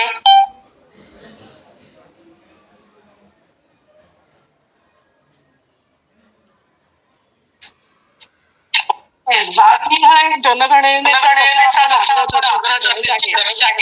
पुन्हा कुणाचा तरी माईक सुरू आहे. तर तसंच हा सगळा जो गायपट्ट्यातल्या लोकांचं जे प्रतिनिधित्व वाढण्याची शक्यता आहे आणि त्याचा हिशोब करूनच बऱ्याच अंशी हा डाव घातलेला होता. म्हणजे 23ला हे महिला विधेयक संमत होऊनही जनगणना केली नाही जाणीवपूर्वक. त्याचं म्हणजे प्रतिनिधित्व नुसतं वाढणं असं नव्हे, तर त्यांचं प्रतिनिधित्व जास्त संख्येमुळे जास्त प्रतिनिधी 850 मध्ये आल्यानंतर जवळजवळ 200 ते 250 प्रतिनिधी त्यांचे वाढणार आहेत. आणि त्या संख्येच्या बळावर 3/4 जी संख्या संविधान बदलण्यासाठी, संविधानातली अनेक गोष्टी बदलण्यासाठी जी लागणार आहे 3/4 लोकसंख्या, ती त्यांना पुरेशी होईल असा एक हिशोब करून हे विधेयकाचं हे परिसीमनाची प्रक्रिया पुढे ढकलण्यात आलेली आहे. आणि हे तर स्पष्टपणे असं दिसतच आहे की त्यांची लोकसंख्या बिहार आणि उत्तर प्रदेश आणि अगदी झारखंड च्या संदर्भामध्ये सुद्धा त्यांचे लोकप्रतिनिधी खूप वाढणार आहेत. म्हणजे बीजेपीचे लोकप्रतिनिधी खूप वाढणार आहेत या हिशोबाने. आणि त्यांना त्या आधारावर त्यांच्या संख्येच्या बळावर अनेक संविधानिक हे म्हणजे संविधानच बदलता येईल असा त्यांचा त्याच्यामध्ये कयास होता. आणि म्हणून तो आपण आता ह्या वेळेला हाडून पडलेला आहे. पण परिसीमनामध्ये हा जो एक नॅरेटिव्ह जो मगाशी उत्तम जाहीरदारांनी सांगितला तो अतिशय महत्वाचा आहे की बहुसंख्याकांचं जे राजकारण, ज्याला डॉक्टर आंबेडकरांनी पण खूप विरोध केलेला होता, तर हे बहुसंख्या जिसकी संख्या भारी हे जे नॅरेटिव्ह आहे, या नॅरेटिव्हला आपण आता विरोध करण्याची गरज आहे. कारण आरक्षणाची गरज अल्पसंख्याक आणि असल्यामुळे हे बहुसंख्याकांचं जे राजकारण आहे त्याच्यामध्ये हे जे दबलेले गट आहेत, दबलेल्या ज्या जाती आहेत, अगदी हे सुद्धा म्हणजे पारलिंगी समाज सुद्धा, या सगळ्यांचं दडपणूक ह्या बहुसंख्याकांच्या राजकारणाच्या डॉमिनेशनमुळे किंवा त्यांच्या वर्चस्वामुळे गळचेपी होऊ शकते. त्यामुळे आपण हे नॅरेटिव्ह शक्यतो जास्त प्रमोट करू नये. म्हणजे जिसकी संख्या भारी. आणि जर राहुल गांधी आता ते बोलायला लागले असतील तर आपण सावध व्हायला पाहिजे आणि लोकांना पण सावध करण्याची गरज आहे. काँग्रेसला पण सावध करण्याची गरज आहे. जेव्हा जेव्हा आपण त्यांच्या सोबत संयुक्त मिटिंगा घेतो त्यावेळेला त्यांना पण हे सावध करण्याची गरज आहे. कारण बहुसंख्याक फार महत्वाचा मुद्दा मांडलाय उत्तम जागीरदारांनी. आणि हे स्पष्टपणे संविधान बदलण्यासाठीच हे 850 आणि त्यांना कल्पना आहे की हे परिसीमन ह्या झाल्या लोकसंख्या ठरली की ही संख्या खासदारांची संख्या वाढेल आणि त्या आधारे त्यांना संविधान बदलता येईल. त्यामुळे हे महत्वाचे मुद्दे आपण हायलाइट केले पाहिजे पुन्हा पुन्हा.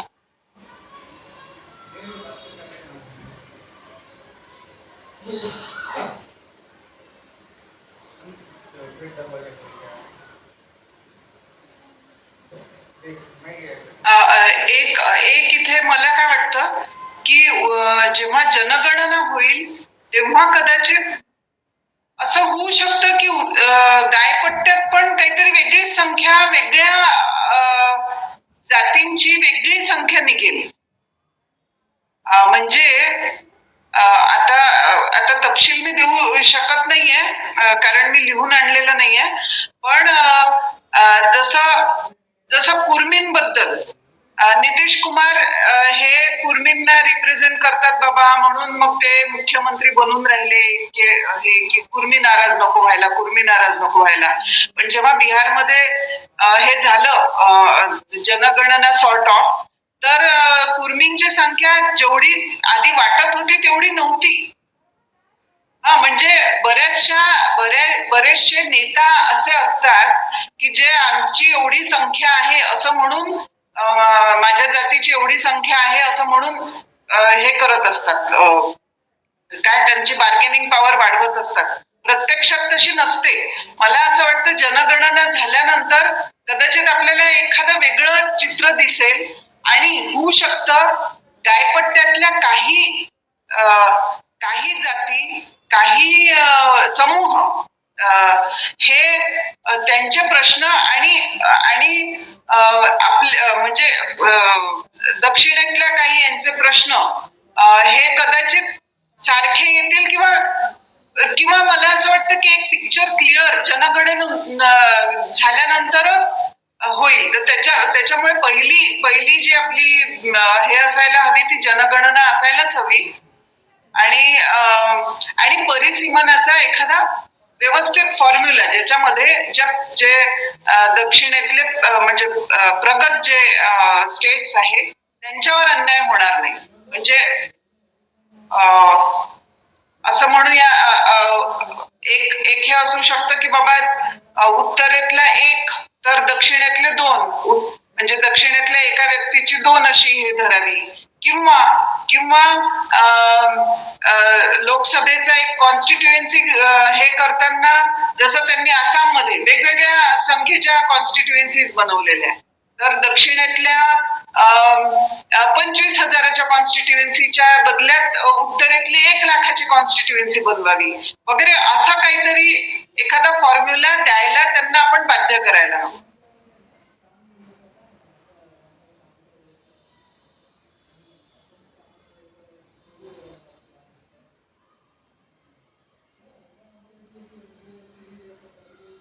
खरंय, म्हणजे म्हणूनच आपल्याला ना सतत आपण फॉर्म्युला सांगा असं आपल्याला खरं म्हणजे प्रबोधन केलं पाहिजे, मागण्या केल्या पाहिजेत, प्रचार केला पाहिजे असं मला वाटतं.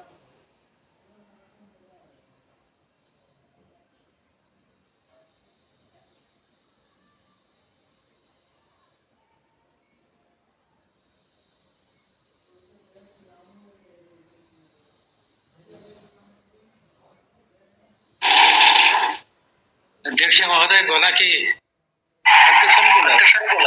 ठीक आहे. सर्वप्रथम म्हणजे की आज आपलं हा जो संवाद सत्र होतं तर ह्या संवाद सत्रामध्ये हे जे महिला आरक्षण विधेयक त्याच्यावर आपण चर्चा केली त्याचा उद्देश जो सत्ताधाऱ्यांनी आपल्याला सांगितला आहे तो म्हणजे महिलांसाठी 1/3 राखीव जागा करण्याचा असा आहे. मूळ 2023च्या कायद्याच्या परिवर्तनकारी दृष्टिकोनाचा विस्तार करत संसद आणि राज्य विधानसभेमध्ये महिलांसाठी 1/3 जागा राखीव करण्याचा उद्देश असल्याचा दावा आपल्या सरकारतर्फे करण्यात आले आहे. मात्र हे विधेयक लैंगिक समानता, राजकीय प्रतिनिधित्व आणि भारताच्या लोकशाही भविष्यावर पण महत्वपूर्ण प्रश्न उपस्थित करत आहे. हा निव्वळ देखावा आहे की खरोखरच महिलांना सक्षम करण्याचा प्रयत्न आहे, याची राजकीय पार्श्वभूमी काय आहे या सर्व बाबींची चर्चा आज आपल्या ह्या संवाद सत्रामध्ये झालेली आहे. मला आठवते की पूर्वी स्त्रियांच्या प्रश्नांवर चर्चा असो किंवा आदिवासी किंवा दलितांच्या प्रश्नांवर असो त्याच्यामध्ये राजकारण दूर ठेवण्याची भाषा खूप वापरली जात असते. पण आज माझ्या ह्या चर्चेच्या ओघामध्ये लक्षात आलं की ह्याच्यामधला जो राजकीय पैलू आहे या महिला विधेयकाच्या संदर्भामध्ये तर त्याच्यावर आपल्याला लक्ष दिल्याशिवाय आपल्याला पुढेच जाता येणार नाही असे बहुतेक लोकांची या इथे म्हणजे हे मत आपल्याला व्यक्त झालेलं दिसतंय. आपल्या इथे जे जातीनिहाय गणना आणि त्यानुसार आरक्षणाअंतर्गत आरक्षण जातीनिहाय ही जी मागणी आहे ही आजच्या आपल्या चर्चेमध्ये एका बाजूने अधोरेखित झालेली आहे. त्याचबरोबर की आरक्षण जे मंजूर झालं आहे पण ते ऍक्च्युली सतत म्हणजे आता 2023 मध्येच हे खरं म्हणजे मंजूर झालं होतं. त्याच्यानंतर आता त्याच्यामध्ये ती जी मेक मारलेली आहे की ती पुनर्रचनेची तर त्याच्यावर पण आज आपल्याकडे म्हणजे चांगली मतं व्यक्त झाली की कशा रीतीने ह्याच्या मागचा राजकीय हेतू काय आहे आणि हे कशा रीतीने खरं म्हणजे जर का करायचं तरी झालं तर कशा रीतीने करायला पाहिजे हे जे विचार झाले तिथे हे निश्चितच पुढच्या एकंदरच म्हणजे आपल्या राजकीय वाटचालीच्या दृष्टीने किंवा स्त्रियांच्या आंदोलनाच्या दृष्टीने ह्या विचारांवर चर्चा होणं फार महत्वाचं आहे. आणि दुसरं म्हणजे की खास करून जे मुद्दा जे पुढे आलेले आहेत की जे राजकारणामध्ये जे बहुसंख्य जे राजकारणी आहेत किंवा जे प्रतिनिधी आहेत ते संसदेतले म्हणा तर त्यांची जी टक्केवारी आहे ती 15-20% पुढे आजही गेलेली नाही. आणि म्हणूनच राजकीय पक्षांनीच ह्याच्यामध्ये पुढाकार घ्यावा आणि स्वतःच्या निदान पुरोगामी म्हणवणाऱ्या राजकीय पक्षांनी तरी पुढाकार घेऊन त्यांच्या पक्षामध्ये निदान एक 33% आपण प्रतिनिधित्व द्यावं किंवा तिकीट द्यावी किंवा त्यांना निवडून आणण्याचा प्रयत्न करावा हा देखील विचार आपल्या या चर्चेमध्ये आज पुढे आलेला आहे.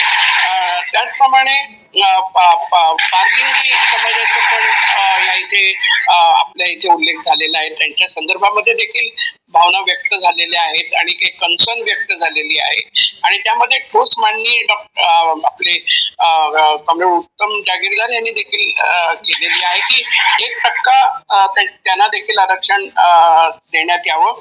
आणि त्याच्यात एक नवीन मुद्दा म्हणजे पुढे आलेला की आपल्याला माहिती म्हणजे मला माहिती नव्हतं पण ट्रान्सजेंडर मध्ये जे आहे सुशिक्षितांचं प्रमाण देखील चांगल्या प्रकारचं आहे.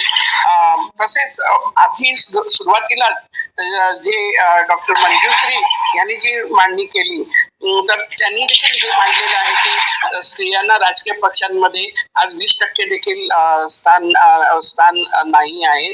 आणि त्याचप्रमाणे ती 2011ची जनगणना जर का आपण ठरवली की प्रतिनिधित्व ठरवण्यासाठी तर ते ऍक्च्युली लोकशाही विरोधी ठरेल आणि त्या बाबतीत आपण नीट जास्त खोलामध्ये विचार करणं आवश्यक आहे. आणि राजकीय पक्षाचे जे राजकारण आहे हे देखील कशा प्रकारे पितृसत्ताक राहिलेलं आहे याबद्दल देखील डॉक्टर मंजुश्री यांनी उल्लेख केलेला आहे. त्याचबरोबर संविधान समितीमधील 15 महिलांचे योगदान देखील त्यांनी आपल्या निदर्शनास आणून दिलेलं आहे. ही माहिती देखील फार महत्वाची आहे. आणि त्याचप्रमाणे प्रज्वला थत्ते यांनी देखील परिसीमनाचा जो फॉर्म्युला आहे त्याच्याबद्दल प्रश्न उपस्थित केलेला आहे.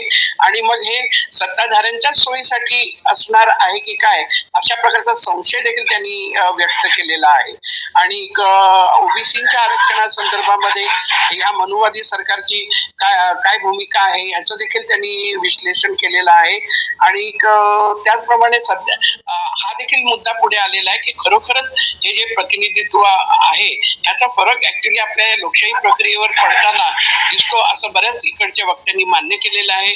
उदाहरणार्थ आता जे स्थानिक संस्थांमध्ये स्त्रियांना जे प्रतिनिधित्व मिळतं आहे त्याचा परिणाम कसा होतो आहे त्या कशा स्त्रियांच्या जवळचे प्रश्न असो आणि जनतेच्या जवळचे प्रश्न असो यांना कशा रीतीने प्रमाणे योग्य रीतीने ते पुढे ढकलण्याच्या प्रयत्नात आहेत आणि ह्याचा आपल्या लोकशाही प्रक्रियेवर कसा परिणाम एक सकारात्मक होतो आहे याची देखील मांडणी त्यांनी केलेली आहे.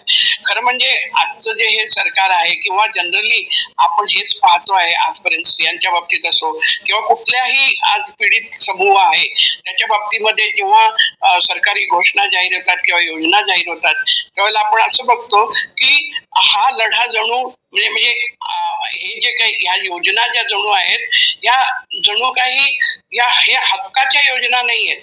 म्हणजे स्त्रियांच्या हक्काचा प्रश्न नाही आहे किंवा दलितांच्या हक्काचा प्रश्न नाही आहे की जणू काही हे आपल्यावर उपकार करतायत अशा प्रकारे ही योजना जाहीर करतात. म्हणजे जणू काही हे 33% आरक्षण देणार म्हणजे फार मोठे उपकार आपल्यावर करतायत आणि म्हणून आपल्याला त्यांना मत द्यायला पाहिजे. किंवा ही लाडकी बहीण सारखी योजना की जिथे निव्वळ 1,500, 2,000, 2,500, 3,000, मला वाटतं आसाममध्ये तर काहीतरी 10,000 दिलेले आहेत. पण ते देऊन तुमचे कित्येक बाकीच्या दृष्टीने तुमच्या महागाई वाढवतायत, तुमचे अनेक इतर हक्क तुमचे काढून घेत आहेत आणि एका बाजूनी स्त्रियांवर अत्याचार करणाऱ्या लोकांचं प्रमाण आज सत्ताधारी पक्षात मॅक्झिमम दिसत आहे. असं मी म्हणणार नाही की दुसऱ्या पक्षात ते नाही म्हणून. तर सध्याच्या या पितृसत्ताक पद्धतीमध्ये हे आपल्याला घडोघडी घडताना दिसत आहे. तर यामध्ये जे दातारबाईंनी देखील जे व्यक्त केलं की आपल्याला आंदोलन करायची गरज आहे आणि हे आंदोलनामध्ये आपण पाहतोय की इव्हन सोशल मीडियावर देखील अनेक स्त्रिया देखील आणि वेगवेगळ्या समूहाचे कार्यकर्ते व्यक्त होताना आपल्याला दिसत आहे. अगदी कशाचीही पर्वा न करता अनेक लोक चॅनल देखील चालवत आहेत. तर मला असं वाटतं की ह्याच परिस्थिती या इथेच आपल्याला आपल्यामधलं जे धैर्य आहे ते धैर्य दाखवायची आपल्याला संधी मिळालेली आहे आणि त्याचा नक्कीच आपल्याला आपलं आंदोलन आणि स्त्रियांचे हक्क मिळवण्यासाठी उपयोग होईल. एवढंच मी आजच्या चर्चेचं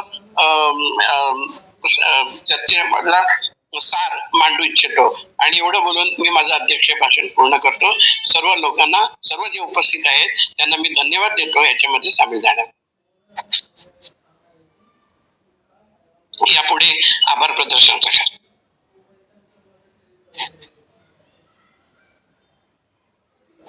धन्यवाद सर. अगदी कमी वेळामध्ये आपण जास्तीत जास्त चर्चासत्र घडून आणण्याचा प्रयत्न केलेला आहे. या आपल्या चर्चासत्रामध्ये नाशिक, औरंगाबाद, कोल्हापूर आणि इतर काही भागातून मान्यवर जे विचारवंत आहेत ते पण उपस्थित राहिले. त्याबद्दल मी त्यांचे आभार व्यक्त करतो. आज मुख्य व्याख्याते जे आहेत आपल्या डॉक्टर मंजुश्री लांडगे, प्रज्वला तळरी मॅडम यांनीही कमी शब्दामध्ये अत्यंत सखोल असे विश्लेषण करून सर्वांच्या ज्ञानामध्ये भर घातला. महिला आरक्षणासंदर्भात यांचे मी आभार व्यक्त करणार नाही, पण यांच्या ऋणामध्ये आम्ही सर्व सदैव राहील. यानंतर जे काही आपली जे औरंगाबाद असेल, नाशिक असेल किंवा मुंबई असेल, या ठिकाणी आपण आज जे ऑनलाईन ठेवलेले आहे, ऑनलाईन सत्राबरोबर आपण जर एखादं छोटेखानी जर एखादा कार्यक्रम या तिन्ही शहरामध्ये घेता आल्या तर आपण जागीरदार सर्वांनी चर्चा करून ठरवूयात. आपण एवढं बोलतो मी. आजचा हे ऑनलाईन चर्चासत्र संपलं आणि सर्व उपस्थित राहिले याबद्दल मी सर्वांचे आभार व्यक्त करतो. धन्यवाद.